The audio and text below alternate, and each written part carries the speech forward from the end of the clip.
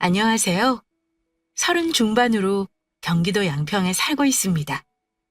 청취자분들 중에는 아직 미혼이신 분들도 있을 테고 결혼하신 분들도 있을 텐데요. 혹시 결혼의 조건, 배우자에게 바라는 점이 있을까요? 저는 결혼 전 자기 일 책임감 있게 하는 사람, 그리고 저를 많이 아껴주는 사람, 딱 두 가지만 바랬습니다. 헤어진 그 사람이 그런 사람인 줄 알았고요. 그런데 하던 일이 잘 되자 본심이 나타나면서 결국 마음의 상처를 입고 이혼을 하게 되었죠. 그러면서 한 가지 배우자에게 바라는 점이 생겼답니다. 바로 늘 한결같은 사람이었으면 좋겠다는 거예요. 다행히 처음 만났을 때부터 지금까지 한결같은 새로운 사람을 만나 다시 가정을 꾸리고 상처도 치유되고 자존감도 많이 회복했습니다. 어떻게 이야기를 시작해야 할지 조금은 막막하지만 그래도 끝까지 저의 이야기 들어주실 거죠? 왜 한숨을 푹푹 쉬고 그래? 이번 달도 별로야? 남편은 개인 브랜드로 싱크대 업체를 하고 있었습니다. 개별로 싱크대 업체 하면 아마 한샘을 가장 많이 떠올리실 것 같아요. 하지만 그렇게 메인 브랜드를 내세운 업체 말고도 주변을 돌아보면 크고 작은 개인 업체들이 많이 있거든요. 남편이 하는 일도 그중 하나였습니다. 결혼 전부터 규모가 좀 있고 오랫동안 운영한 싱크대 업체에서 오랫동안 일을 했어요. 15년 가까이 한 업체에서 일을 하다 보니 견적 내는 거, 원자재 구매하는 거 같은 회사가 돌아가는 것을 알게 되었죠. 워낙 무언가를 뚝딱뚝딱 만들기 좋아하고 꼼꼼한 성격으로 회사에서도 인정받는 사람이었습니다. 오래 다니고 인정도 받자 개인 사업체를 내고 싶었고 결혼 후 3년 정도 지났을 무렵 경기도 쪽으로 이사를 가면서 회사가 멀어졌고 개인 사업체를 내고 싱크대 업체를 하게 됐죠. 어, 이번 달도 영 수익이 생각보다 안 나네. 뭐가 문제일까? 다들 만족하고 입소문도 내준다고 하는데 생각처럼 자리 잡기가 어렵네. 남편이 싱크대 업체를 한다고 해서 싱크대만 하신다 생각하실 수 있을 것 같습니다. 하지만 싱크대를 비롯한 신발장이나 수납장 같이 원하는 사이즈의 가구를 원하시는 분들도 찾는 복합적인 맞춤 가구 제작이라고 생각하시면 될 것 같아요. 리모델링 할 때 많이 문의 주시기도 하고 이사하면서 주방을 바꿀 때 기존에 살고 있는 집에서 수납 공간을 더 늘리고 싶을 때 많이 문의해 주셨죠. 꼼꼼한 성격으로 상담도 철저하고 빈틈없이 완성도 높게 설치해줘서 맘카페에 들어가 보면 종종 후기에서 만족스럽고 안내해 주시는 고마운 분들도 보였어요. 하지만 생각한 것처럼 자리 잡는 건 1년이 지나도 어려웠습니다. 그래도 우리 먹고 사는데 큰 지장은 없잖아. 당신 회사 다닐 때만큼은 수익은 나고 있으니 조바심 내지 말자. 다행히 수익의 변화는 크게 없었습니다. 회사 다닐 때 정도의 수익은 꾸준히 났거든요. 하지만 남편은 조바심이 나는 것 같았어요. 드라마틱하게 돈이 크게 벌린다는 기대를 한 것은 아니지만 그래도 실력을 인정받았고 워낙 한 회사에서 오래 다니다 보니 그래도 회사 다닐 때보다 더 많은 돈을 벌 수 있을 거라 나름 생각한 것 같았어요. 그래도 연애할 때부터 저에 관해서는 다정다감했던 사람이고 벌이가 줄어들었다면 저 역시도 가정을 이끌기에 어려워지니 예민해졌을 수 있지만 큰 변동의 폭이 없어서 더 지켜보자고 남편을 다독였습니다. 그렇게 6개월 정도 지났을까? 점심시간인데 남편이 헐레벌떡 집으로 뛰어왔습니다. 정아야, 이제 되었어. 이제 다 된 거라고. 이제 걱정 없이 살 수 있어. 자기야, 무슨 소리야. 이거 좀 놓고 말해. 급작스럽게 집으로 들어온 남편의 한 손에는 종이뭉치가 들려 있었습니다. 그 종이뭉치를 연신 들여다보더니 저를 덜컥 안고 천장으로 들어올릴 신용으로 온 집안을 돌아다녔죠. 정신없는 상황을 어떻게 받아들여야 할지 감이 오지 않았어요. 다만 남편이 기분이 정말 좋은 것으로 보아 분명 일과 관련되었을 것이고 이 정도 환호성을 칠 정도면 좋은 일이구나 짐작할 수 있었습니다. 하지만 뭐가 그리 좋은지 이제 되었다며 이 일이 발생한 것 자체를 남편 자신도 믿기 힘든 눈치였어요. 원하고 바라던 일이었던 것 같은데 막상 눈앞에 펼쳐지고 나니 꿈인지 생시인지 구분하기 어려워하는 것 같았습니다. 정아야, 나 여기 좀 꼬집어봐. 이거 꿈은 아니겠지? 급기야 남편은 자기 볼을 저에게 내밀며 볼을 꼬집어 달라고 요청했습니다. 이 정도로 좋을 일이 뭐가 있을까? 저도 너무 궁금해졌지만 남편 기분이 너무 들떠 있어서 우선 이 기분을 가라앉히고 차분히 대화 나누는 게 급선무라 생각했죠. 살포시 꼬집었더니 아프다며 꿈은 아니라고 다행이다라고 한숨을 크게 쉬더니 말을 이어갔습니다. 동네에 빌라 단지가 들어오는데 그 빌라 단지에 들어갈 신발장, 붙박이장을 수주받았다고요. 주방은 한샘으로 브랜드를 선호해서 주방이 들어온 게 아니라 다소 아쉬움을 표현했지만 붙박이장이면 그 정도도 꽤 규모가 된다며 흡족해 했어요. 리모델링하면서 주방이나 수납장을 새로 하는 경우가 흔하지만 이렇게 우리 회사로 찾아와 견적 내는 경우는 정말 드물잖아. 인테리어 업체도 일일이 영업 나가야 하는데 그것도 케이스 바이 케이스라고. 꼭 우리 제품을 쓰라는 보장도 없고 말이야. 그래서 늘 크게 수익률이나 나지 않았는데 이제 됐어. 지금처럼 큰 공사 따오면 그걸로 입소문 되고 더 빠르게 안정화될 수 있거든. 새로운 동네에서 오픈하면서 그동안 남편 회사에 대한 인지도가 없어서 하나부터 열까지 모두 발품 팔아 홍보해야 했습니다.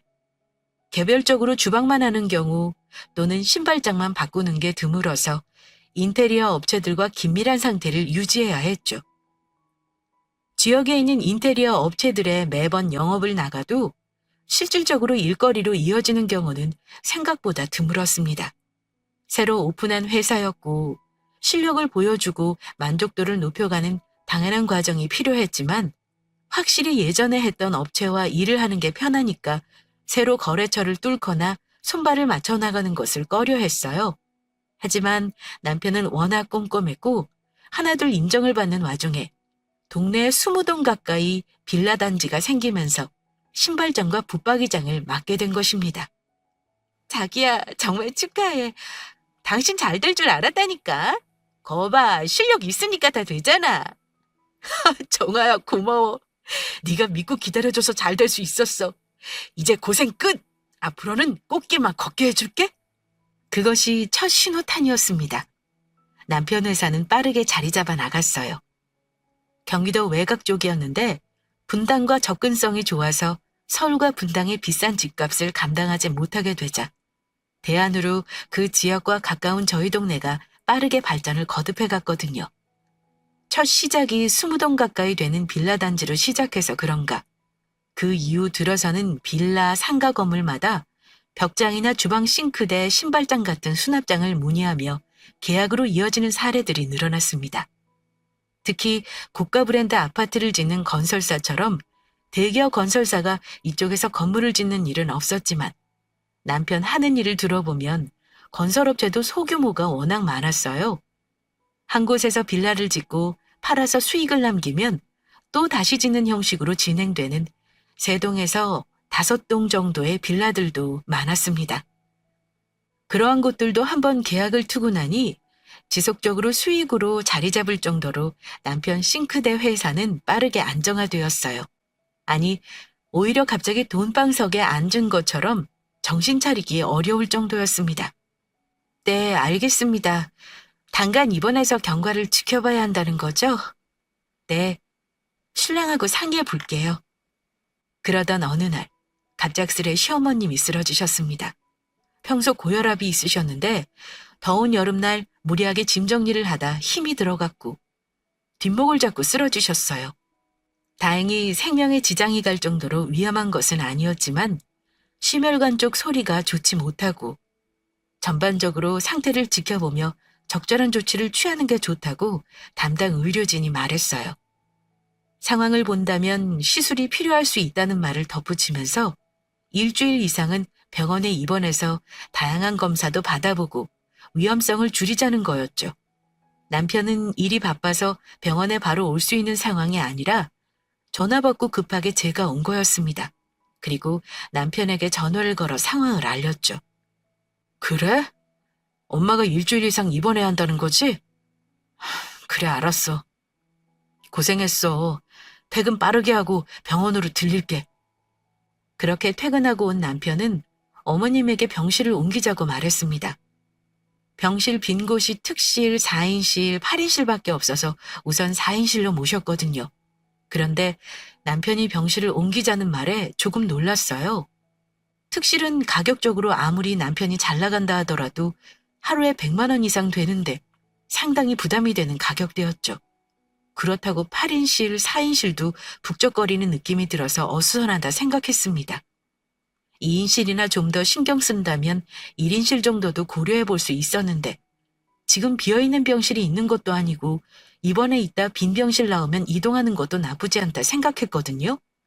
4인실이 좋고 당연하다는 것은 물론 아니지만 이제 사업이 잘 돼가는 시점에서 특실을 이용하는 건 도가 지나치다고 8인실은 정신없는데 어디로 옮기자는 거지? 조금 의아했어요. 아들 요즘 잘 나가는데 이렇게 여러 사람들이랑 있으면 잠도 제대로 못 자고 없던 병도 생기겠다. 병원에 있으면서 다양한 검사도 받아야 한다며. 식사도 잘 나와야 하는데 잘 관리해주는 곳이면 좋지. 특실로 옮겨, 엄마. 특실은 특식도 나오고 검사 받느라 힘들고 스트레스 쌓여도 지금처럼 여러 사람들이랑 있는 게 아니니까 엄마 쉬는 것도 더 나을 거야. 내가 오면서 병실 옮겨달라고 했으니까 가나서 오면 다 옮기자. 저는 순간 제 귀를 의심했습니다. 어머님 계신 곳이라 왈가왈부 논할 것은 아니지만 대학병원이라 식사까지 포함하면 검사비를 제외하고도 120만 원 넘게 나오거든요. 어머님이 별다르게 실비나 보험을 들어놓은 것도 아니라 고스란히 써야 하는 돈이었어요. 지금 남편이 잘 나간다 하지만 사업이 잘 되기 시작한 지 고작 3개월. 번 돈보다 앞으로 갚아야 하는 돈이 더 많았습니다. 사업을 하면서 장비를 구입하고 가게를 오픈하고 별도로 집을 구하는 등 대출을 받아 생활하고 있거든요. 빚이 몇 억이고 이제 한 달에 1,000만 원 이상 수익을 낸 게 고작 3개월. 그런데 한 달 수익보다 더 많은 돈을 일주일 병원비로 사용한다니 도대체 무슨 생각인지 알기 어려웠습니다. 어머님을 특실로 모셔다 드리고 쉬시라고 말씀 전하고 남편이랑 집으로 돌아가면서 물었죠. 자기야, 특실은 우리 형편에 너무 부담되는 거 아니야? 알아보니까 하루에 120이 넘던데 일주일 이상 일했으니까 열흘만 잡아도 특실비만 1,000만 원이 넘어. 이제 1,000만 원 수익 내기 시작한 지 얼마 안 됐잖아.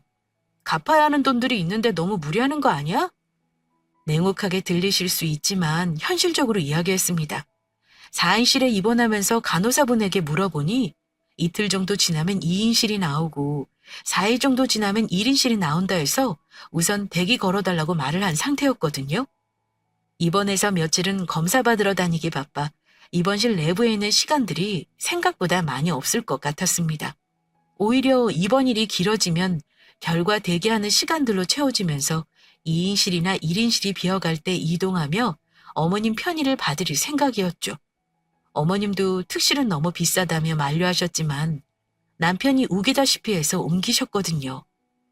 저 나오는데 귀뜸으로 1인실 비면 그리 옮겨달라고 할 정도로 어머님도 과하다 생각하셨습니다.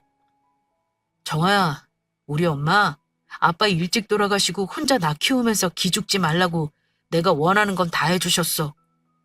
덕분에 재수해서 원하는 대학도 가고 너 만나 이렇게 잘 살고 있잖아. 그런 엄마가 아프시다는데 내가 돈이 없는 것도 아니고 그 정도도 못 해드린다면 내가 한으로 남을 것 같아. 그렇게 고생했으니 몸 아플 때 서럽지 않게 병실이라도 좋아야지. 남편 이야기를 들어보면 나름 일리가 있다 생각했습니다. 지금 나의 형편만 본다면 무리지만 평생을 자식 하나 바라보며 뒷바라지 하셨는데 그 정도는 해줄 수 있겠구나 싶었죠. 사람이 아프면 안 아프고 싶고 왜 아플까를 떠올릴 수 있다 생각했거든요. 어머님이 노화로 다양한 질환이 생기실 수 있지만 그 바탕에는 아들 하나 잘 키워보겠다고 고생하시며 젊은 시절 내 몸 하나 제대로 못 챙긴 이유도 포함되었을 테니까 말입니다. 이런저런 생각들을 하며 열심히 살고 있는데 잘 키워준 아들 덕 이제는 보셔도 될 것 같아 저도 더 이상 토달지 않았어요. 어머님이 1인실로 옮기길 원하셨지만 오히려 제가 아들 덕 제대로 누리시라고 며칠 더 특실에 머물라 말하기도 했습니다.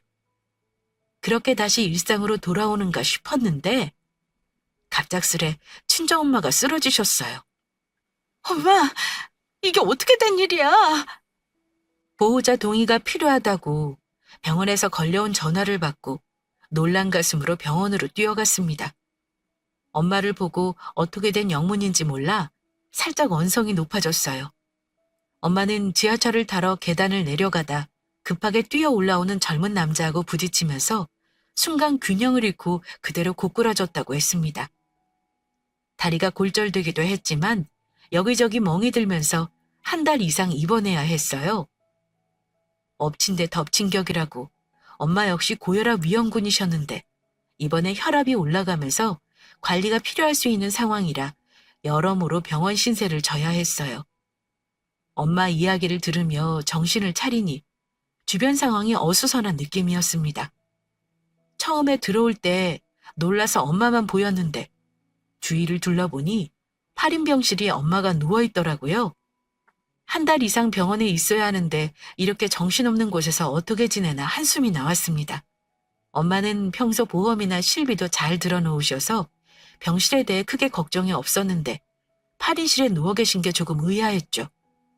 엄마, 다른 병실은 꽉 찼대? 1인이라 2인실이 아니더라도 4인실도 있잖아. 근데 왜 8인실이야, 정신없게? 내가 든 보험에서 2일 입원한 날부터 6만 원씩 입원비 나오는 게 있거든. 실비는 고스란히 청구해서 그 돈 채우는 거지만 다른 곳으로 옮기면 병실 비용이 올라가서 모아지는 돈이 없잖니. 하루 6만 원이면 한 달 180만 원인데 이거라도 모아야지. 엄마는 그 와중에 그동안 들어놓은 보험비를 알차게 사용할 궁리를 하셨습니다. 8인실은 병원비가 5만 원이 채 안 되었고 일반 보험 적용으로 엄마가 병원비를 지출할 부분이 크지 않았거든요. 그나마 실비로 되돌려받을 수 있어서 다른 진단비와 함께 생활비로 모아둘 생각하셨던 거죠. 저는 3남매인데 늦둥이 막내는 아직 대학생이라 이렇다 할 벌이가 있는 것도 아니고 저나 언니가 그나마 결혼했지만 둘 다 형편이 넉넉해서 매달 용돈을 드릴 수 있는 것도 아니었어요. 다행히 엄마가 아빠 돌아가시면 나온 보험금으로 집을 매매하셨고 살 집도 있고 그동안 모은 돈이 있어 생활이 가능하셨습니다. 그래서 어떠한 상황이 되더라도 알뜰하게 생활비 모을 생각을 하신 거죠. 갑자기 서러웠습니다. 누군 아들 잘 키웠다고 일주일 입원하셨는데도 특실 머무는데 누군 딸 못 키워서 사람 많은 8인실에서 정신없이 한 달 이상을 입원해야 하나 싶었습니다. 자기야, 엄마 한 달 이상 입원해야 한대. 아이고, 힘드시겠다. 골절되면 뼈부터도 그 이후 관리도 중요한데 당분간 장모님 신경 써야겠네. 그래서 말인데 엄마 2인실 비면 옮겨드리려고. 장모님은 보험 잘 들어놓으셨다며? 그걸 뭐 당신이 결정하고 그래? 장모님이 알아서 하시겠지.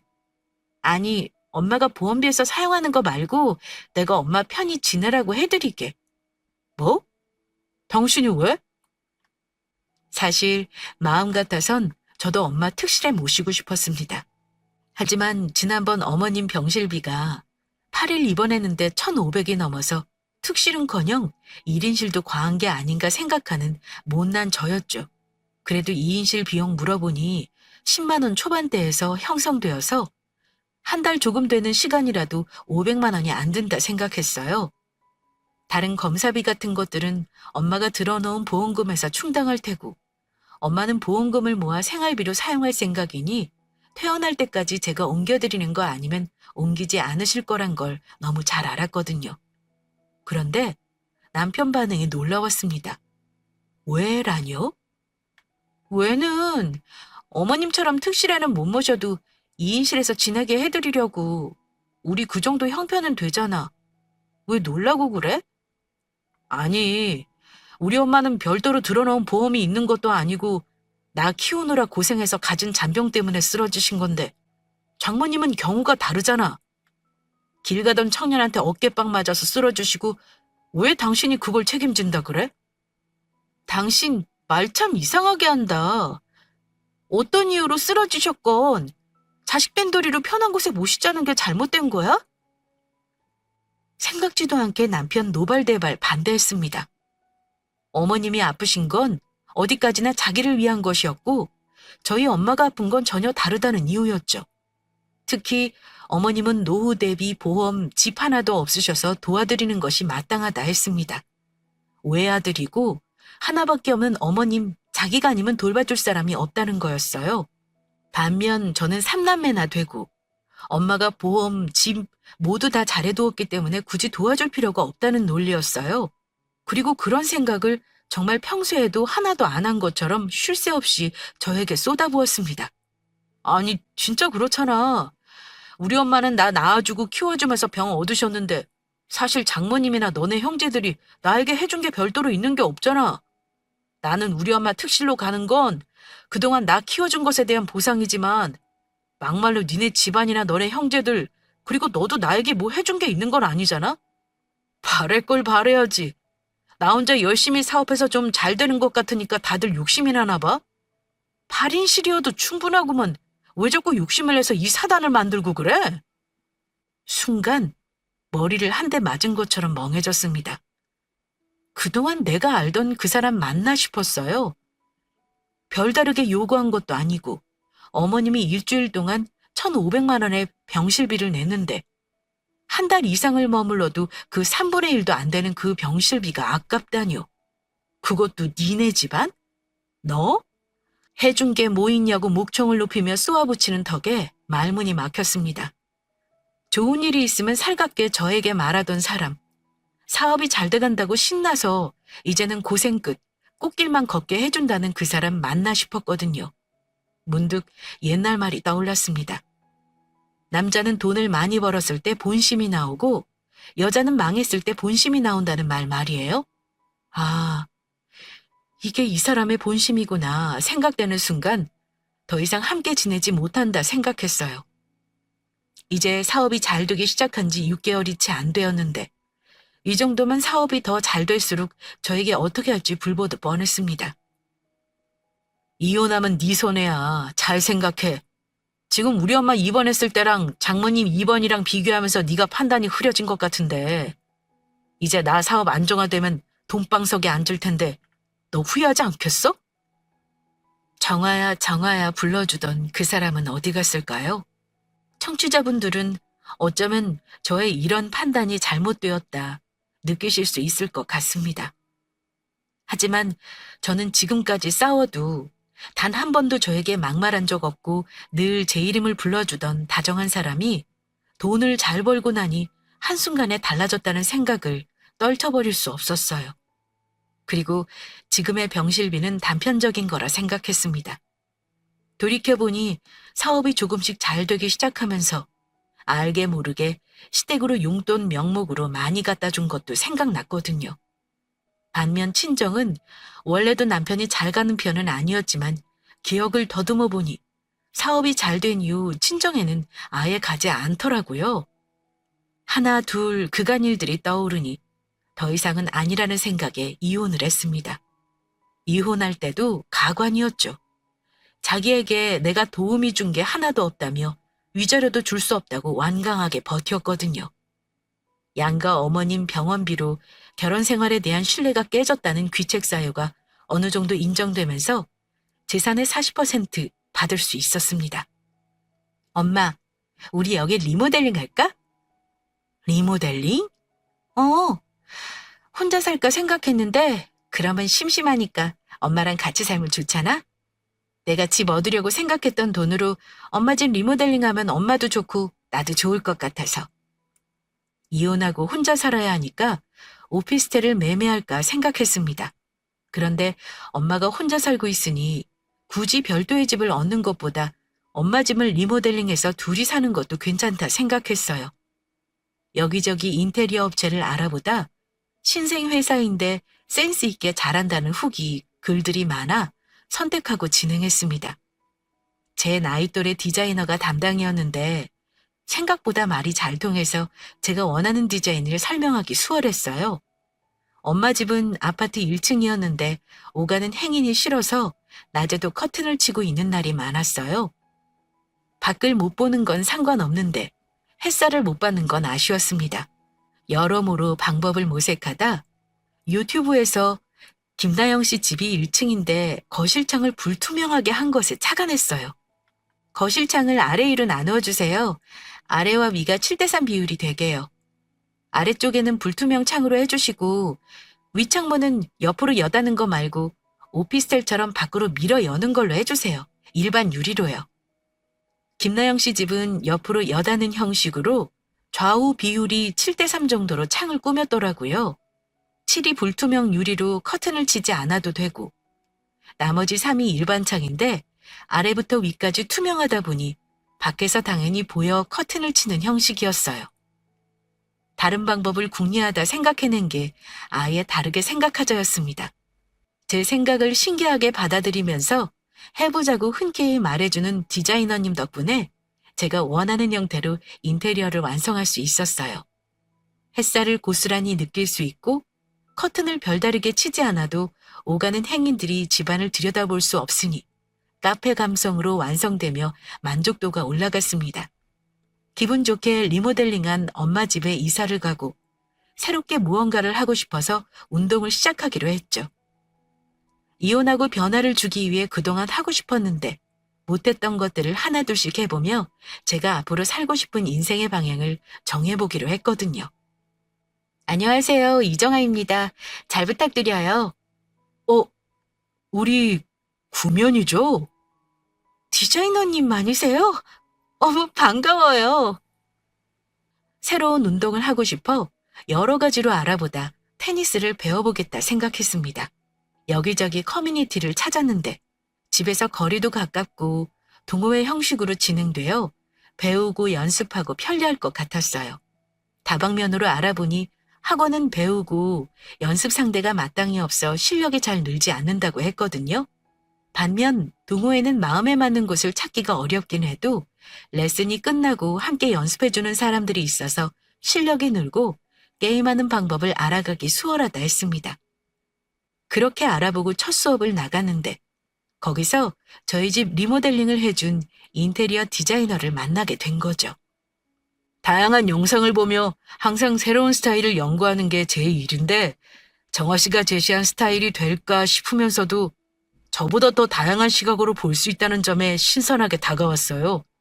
좀 더 정화 씨에 대해 알고 싶고 친해지고 싶었는데 방법을 몰라 아쉬워했거든요. 근데 이렇게 보게 되네요. 우리 인연인가 봐요. 동호회에서 스스럼 없이 친해지며 서로 이야기를 주고받았습니다. 새로운 디자인에 대한 갈망, 좀 더 예쁘고 실용적으로 인테리어 하고 싶은 욕심들이 있었는데 제가 제안한 디자인이 파격적으로 느껴졌다 했어요. 그리고 제가 제시한 방법을 토대로 1층 리모델링이 들어올 때면 더 다양한 방법들을 제시할 수 있다며 자기 일을 더 사랑하게 되었다는 말도 덧붙였죠. 이혼을 하고 내가 어떤 것을 할지 생각해 본 적 없는데 자기 일을 사랑하는 이 사람을 보고 있으니 저 역시도 무언가 열심히 해보고 싶다는 생각이 들었습니다. 그리고 어쩌면 인테리어 쪽이 저에게 잘 맞는 것 같다는 생각을 하기도 했고요. 공통 관심사가 있으니 서로 이야기하는 시간이 즐거웠고 만남의 횟수도 늘고 자연스레 연인이 되었습니다. 정아 씨, 나랑 결혼해 줄래요? 정아 씨가 나의 뮤즈가 되어주세요. 1년 정도 만남을 이어갔을 무렵 석희 씨가 저에게 청혼을 했습니다. 제가 이혼했다는 것도 알고 왜 이혼한 줄도 아는데 급작스런 청혼에 당황하기도 했죠. 하지만 석희 씨는 단호했어요. 사실 아빠 회사를 물려받기 싫어 자신만의 회사를 낸다고 했고 건축학과를 전공했으니 인테리어 회사를 차리게 된 거라 했습니다. 잘하고 싶고 잘할 수 있다 생각하고 나름 젊은 감각으로 인테리어 시장에 뛰어들었는데 생각보다 반응도 좋았고 잘하고 있다고 생각하며 자만하던 찰나 저를 만났다고 했어요. 전혀 다른 감각으로 해석하는 저의 시각이 하나의 자극제로 다가오고 단순히 아빠에게 인정받으려고 잘하는 게 아닌 이제는 자기 일을 사랑하게 되었다는 말도 덧붙였어요. 저와 같이 일을 해보고 싶다는 게 아니라 일상에서 지금처럼 함께 이야기하면 된다 했습니다. 저와 이야기하며 다양한 말들을 주고받으면 인테리어의 다양한 영감들이 떠오르고 개성과 실력을 겸비해 갈 수 있어 꼭 필요한 사람이라고 말이에요. 석희 씨, 부족한 나지만 이대로 괜찮다면 저도 좋아요. 앞으로 남은 인생 석희 씨랑 함께 할게요. 평범하게 살다 돈 1,000만 원 이상 버니 졸부가 된 듯 돈 쓰는 것부터 저에게 하는 말, 행동이 달라졌던 전 남편이 떠올랐습니다. 석희 씨는 전 남편과 다르게 풍족한 유년 시절을 보냈고 현재도 꽤 큰 사업체를 운영하시는 아버지가 계셨어요. 그리고 그 사업을 물려받기 싫어 자기도 사업을 차린 석희 씨는 신생 업체였지만 빠른 입소문으로 확산세였습니다. 아무래도 유튜브도 운영하고 다방면으로 홍보도 병행하니 그 효과는 생각보다 큰 것 같았어요. 그럼에도 항상 여유가 넘치고 위트 있는 말솜씨, 1년 넘게 보아왔지만 어떤 상황에서도 안정감 있는 정서가 제 마음을 흔드는 요인이 되었습니다. 이 사람이라면 돈이 더 벌리던 덜 벌리든 크게 상관없이 항상 일정하겠구나 싶었거든요. 그렇게 결혼을 하고 행복한 나날들을 보내는데 전 남편 소식이 들렸습니다. 전 남편 회사에 꾸준히 수주를 하던 건설업체가 부도를 맞으면서 공사는 이미 진행했는데 물품 대금을 받지 못하게 되자 다른 일들도 자연스레 딜레이가 되면서 오가지도 못하는 상황이라 했습니다. 엎친 데 덮친 격으로 서울과 분당의 접근성이 좋아 개발이 시작되었는데 그곳 역시 지역이 커지자 땅값, 집값이 오를 걸 대비해서 정부가 그린벨트 지역으로 묶어버려서 더 이상 제가 살던 전 동네 빌라가 들어서는 일들이 없어진 거죠. 승승장구를 할 것처럼 그렇게 저에게 큰 소리를 치더니 하나둘 어긋나기 시작한 거래처, 분양 등에 차질이 생기면서 이제 더 이상은 유지조차 어려운 상황이 된 거였습니다. 왠지 모르게 마음속 깊이 쌤통이라는 생각이 들었어요. 앞으로 돈방석 위에 앉을 텐데 저에게 후회할 거라고 호언장담하던 전 남편에게 보란듯이 복수하고 싶었습니다. 신랑에게 벤츠를 빌려 전 남편 회사로 찾아갔어요. 종어야, 웬일이야? 차 좋은데? 재혼했다는 이야기는 들었어. 그 사람 잘 나가나 봐? 이혼하고 2년도 더 지나 처음 만나는데 전 남편에게 보이는 건 벤츠뿐인가 봅니다. 그동안 어떻게 지내는지에 대한 안부나 관심이 아닌 눈에 보이는 것에만 집중하는 모습이 역시 내가 생각했던 게 맞았구나 싶었어요. 저는 새로운 사람이 잘 나가냐고 물어보는데 어떤 반응이 나올지 궁금했습니다. 저의 예상은 아마 저에게 도와달라고 싹싹 빌지 않을까 하는 묘한 기대감이 들기도 했습니다. 잘 나가긴 그냥 작은 인테리어 회사 하나 하는 거지. 회사가 이 근처라 어쩌면 당신도 알 수 있겠네. 어딘데? 명함 있으면 명함이나 줘봐. 이안 인테리어? 여기 엄청 잘 나가는 데 아니야? 명함을 받은 전 남편은 눈이 휘둥그레해지더니 저를 보는 눈빛이 달라졌습니다. 그도 그럴 것이 지역에서 꽤 인정받으면서 유튜브 덕분에 지방 출장도 잦았거든요. 사실 요즘 인테리어 업체는 예전과 다르다는 말을 많이 하더라고요. 예전에는 마진율이 높았지만 요즘은 자재비가 많이 올라 생각보다 많은 마진을 못 남기고 대신 많은 공사를 할 때 그때 수익으로 직결된다고 말이죠. 신랑 회사는 요즘 한창 잘 나가는 회사로 각 지역을 대표하는 인테리어 업체가 있다면 이 지역에서는 이안 인테리어라 말할 수 있을 정도였습니다. 당연히 그 소식을 모를 일 없는 전 남편. 제게 갑자기 극존칭을 하기 시작했어요. 정아야, 아니지, 이제는 함부로 이름 부르면 안 되지? 사모님, 부근 인테리어 업체 하시면 주방 리모델링이나 맞춤 가구 주문 상당히 많을 텐데 저 좀 도와주세요. 아시잖아요. 저 일 꼼꼼히 잘한다는 거. 그렇지 않아도 예전에 하던 업체들이 하나둘 문제가 생기면서 이번 달 월세 내기도 빠듯하거든요. 도와주세요. 와, 지금 내 눈앞에서 이렇게 말하는 사람이 전 남편 맞나? 내가 잘못 들은 거 아니지? 순간 당황했습니다. 이혼하고 정말 연락을 서로 주고받은 것도 아니고 처음 만나는데 신랑 명함 하나 봤더니 이렇게 태도가 빠르게 전환되다니요. 정말 이 사람은 돈과 관련된 거라면 자존심, 간과 쓸개 다 버리는구나 싶었어요. 물론 때로는 그런 게 필요 없는 상황이 있을 수 있어요. 하지만 이혼한 전처를 돈으로 무시하더니 이제 와서 회사가 기운다고 태세를 전환해서 존칭까지 쓰다니요. 역시 예상했던 대로 이 사람의 그릇은 딱 이 정도 크기였던 것입니다. 다만 연애하고 결혼하고 살면서 그 그릇 크기를 볼 일이 없으니 몰랐던 것일 뿐, 이혼할 때 짐작했고 이렇게 확인 사살까지 하고 나니 세상을 배워가는 게 이런 거구나 싶었어요. 이제 나도 사람 보는 눈이 생겼구나 싶었거든요. 당신 참 말이 쉽다.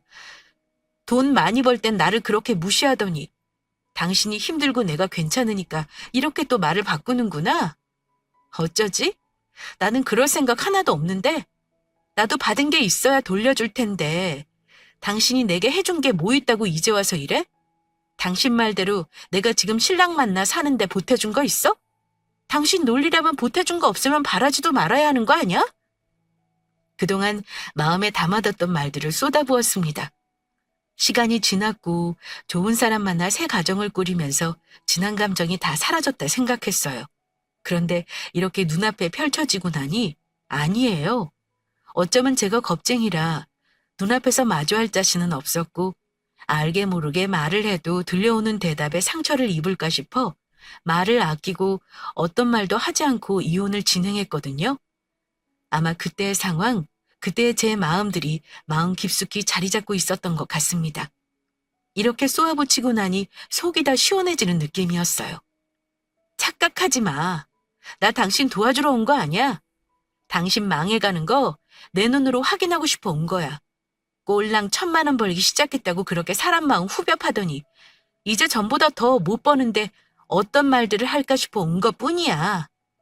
돈은 있다가도 없는데 너의 마음도 딱 그렇더라. 돈 있다고 그렇게 유세 떠는 거 엊그제 같은데 목에 깁스했던 그 모습 어디로 사라지고 이제는 나한테 이렇게 조아리니? 너 꼴 우습지 않아? 믿었던 사람에게 배신을 당했던 마음이 깊숙하게 상처로 자리 잡은 듯 했습니다. 그리고 예상했던 부분이지만 막상 돈 때문에 저에게 낮은 자세로 도와달라는 전 남편을 보자 마음이 복잡해졌어요. 어릴 때 풍족하게 자라지 못한 환경이 사람을 이렇게 만들어 놨을까? 어디서 무엇이 잘못돼서 내가 알았던 따뜻했던 면들이 사라지고 이렇게 돈 하나만 보고 사람을 대하는 못난 사람이 되었을까? 다양한 생각들이 머릿속을 스쳐갔습니다. 정아야, 아니 이젠 사모님이지? 그래, 네 말이 다 맞아. 돈이라는 건 있다가도 없는 건데 제가 어리석었어. 하지만 그동안 또 벌던 게 있는데 그마저도 못 벌면 이젠 버티기도 힘들어. 제발, 내가 잘못했어.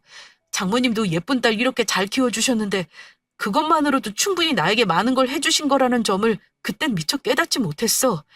내가 다 잘못했어. 제발 한 번만 기회를 줘. 잘못했다며 다시 돌아오는 건 바라지도 않는다고, 아니 그럴 염치도 없다며 저에게 신랑 회사와 연결만 시켜달라고 사정사정했습니다. 하지만 청취자분들도 이미 어느 정도 감 잡으셨겠지만 절대 그래서는 안 되는 거죠. 지금은 힘드니 어떤 말로라도 저에게 부탁하려는 거 이제 저도 알았어요. 예전 같았다면 그래, 그럴 수 있어 라고 생각하고 마음을 흔들렸을 수 있거든요. 하지만 한 번 겪어봤으니 2번 겪으면 안 되는 거잖아요. 그렇게 마음속 묵혔던 말들까지 다 내뱉고 이제는 신랑과 알콩달콩 잘 살고 있습니다. 신랑은 클라이언트 만나 상담도 해야 하고 현장에 나가 진두지휘도 하고 유튜브 촬영도 하느라 너무 바빠요. 그런 신랑에게 저는 열심히 다방면에서 접한 정보들을 공유하며 예쁜 집 만들기에 요즘 한창 열중입니다. 그리고 테니스라는 취미가 운동으로 같아서 공유하는 이야기가 더 많아 더 행복한 것 같아요. 돌이켜보면 전 남편과의 결혼 생활을 밖에서 인정받는 남편, 살림하는 아내, 이게 다였거든요. 새삼 공유하는 즐거움이 주는 행복, 긴밀함의 중요성을 깨달았어요. 혹시 전 남편과 부부 생활을 할 때 공유하는 게 많았다면 조금은 달라졌을까? 생각해 보기도 해요. 하지만 이미 다 지난 일, 오늘 이야기까지만 생각하고 이젠 안 하려고요. 청취자분들도 부부간의 정을 더 돈독히 쌓고 싶으시다면 공유할 이야기거리를 하나 만드는 게 도움될 거라는 말을 마지막으로 전하며 이만 마무리할게요. 모두 행복하세요.